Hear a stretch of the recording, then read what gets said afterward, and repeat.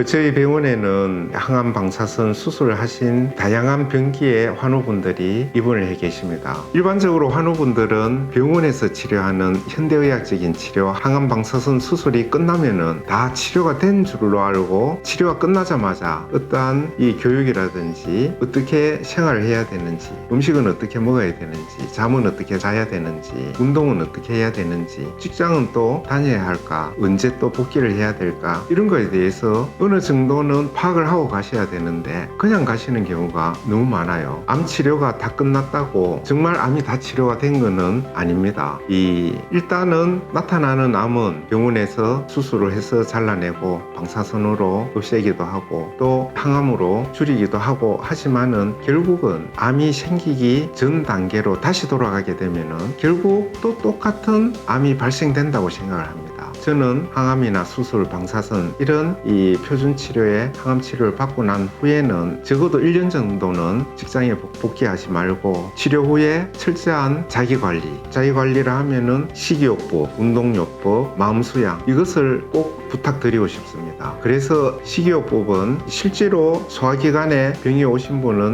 평상시에 식이요법을 잘 못하셔서 예를 들면은 아침 점심을 대충 드시고 저녁에 과식을 한다든지 아니면은 술과 담배, 늦게 잠을 자지 않고 새벽까지 컴퓨터를 한다든지 아니면 다른 일을 하면서 낮에 수면을 취하는 경우, 이런 경우에는 생활 습관과 시기를 조절하지 않으면은 똑같이 다음에 또 병이 온다고 생각을 하거든요. 실제로 그런 경우도 많이 있습니다. 그리고 평상시에 운동이 부족한 분들은 운동을 꾸준히 해서 우리 몸의 조직과 세포에 산소가 충만하게 유산소 운동을 꼭 하는 게 필요로 한데 운동을 굉장히 소홀히 하시는 분들도 많이 있다고 생각합니다. 그래서 일반적인 표준 치료가 끝나도 식사는 절대 위에 부담이 되지 않게끔 아침, 점심, 저녁을 정시에 정량을 먹는 게 중요하고 음식은 과식을 하지 않고 오래 씹는 게 굉장히 중요하죠. 그래서 예전에 양생법에 보면은 소식 다작이라고 이야기를 합니다. 적게 먹고 오래 씹어야 장수한다는 이야기죠. 이 암 환우분들은 이것을 꼭 실천을 해야 됩니다. 어떤 분들은 먹는 게 중요하다면서 식사량을 많이 하거나 과식을 하거나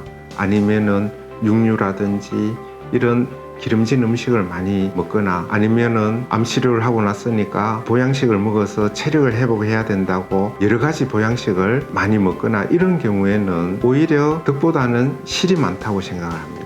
음식은 위나 장에 부담이 가게 먹어서는 안 된다고 생각합니다.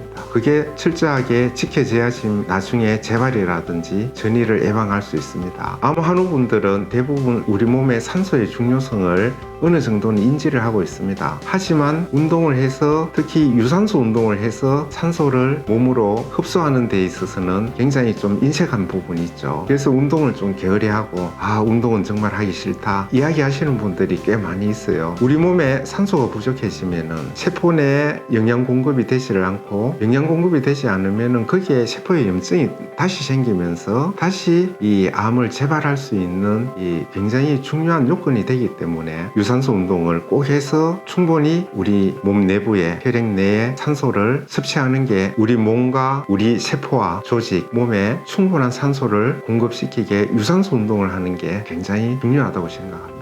그 다음은 마음입니다. 저희 병원의 환우분들하고 여러 가지 대화를 하다 보면은 태어나고 집에 가면은 가장 먼저 해야 될 게 남편하고 이혼하는 거다. 두 번째, 애들한테 해방되는 거다. 세 번째, 일에서 해방되는 거다. 그래야 내가 살 수 있다고 이렇게 이야기하시는 분들이 사실 꽤 많이 있습니다. 살아가면서 같이 굉장히 행복해야 될 그런 일들에 대한 스트레스, 남편에 대한 스트레스, 또 자녀분들에 대한 스트레스, 그리고 일에 대한 스트레스, 이런 이제 스트레스들에 대해서 해소를 해야 되는데 실제는 제가 볼 때는 물론 상대에 어떤 문제가 있을 수도 있지만은 제가 생각하기에는 가장 큰 문제는 본인에게 있다고 생각합니다. 본인이 생각을 비우고 마음을 내려놓지 않고 그 상태가 계속 유지가 된다 그러면은 어차피 그 생활 속으로 들어가게 되면은 똑같은 상황이 반복되리라 생각을 하거든요. 그래서 물론 주위 환경, 남편이나 가족, 또 일에 대해서 어느 정도 생각을 바꾸기는 해야 되겠지만은 가장 중요한 거는 본인의 생각을 본인이 수양을 해서 생각을 바꾸는 게 저는 가장 중요하다고 생각합니다. 있습니다. 그래서 항상 마음이 흔들리지 않고 마음이 다치지 않게 마음을 일정하게